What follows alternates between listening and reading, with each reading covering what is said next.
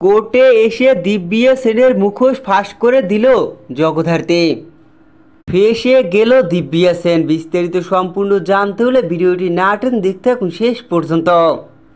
জগদ্ধাত্রীকে নিয়ে বাড়ি থেকে কোর্টের উদ্দেশ্যে গাড়িতে করে বের হয় দুর্গা। আর সেখানেই দেখা যায় দুর্গার উপরে হামলা হয়। দিব্যা সেনের ভাড়া করা গুন্ডা লোকগুলো জগদ্ধাত্রী ও দুর্গার উপরে হামলা করে। সেখানেই সিটে বসে থাকে দুর্গা। কিন্তু দিব্যা সেনের লোকগুলো দিব্যা সেনের কথা মতো হুইল চেয়ারের পাশে বসা জগদ্ধাত্রী ভেবে দুর্গাকে মারতে গেলে তখনই দুর্গা সমস্ত গুন্ডাদের রাম ধোলাই দেয়। সমস্ত দিব্যা সেনের গুন্ডাদের রাম ধোলাই দিয়ে তার মাকে নিয়ে কোর্টে এসে পৌঁছায় দুর্গা।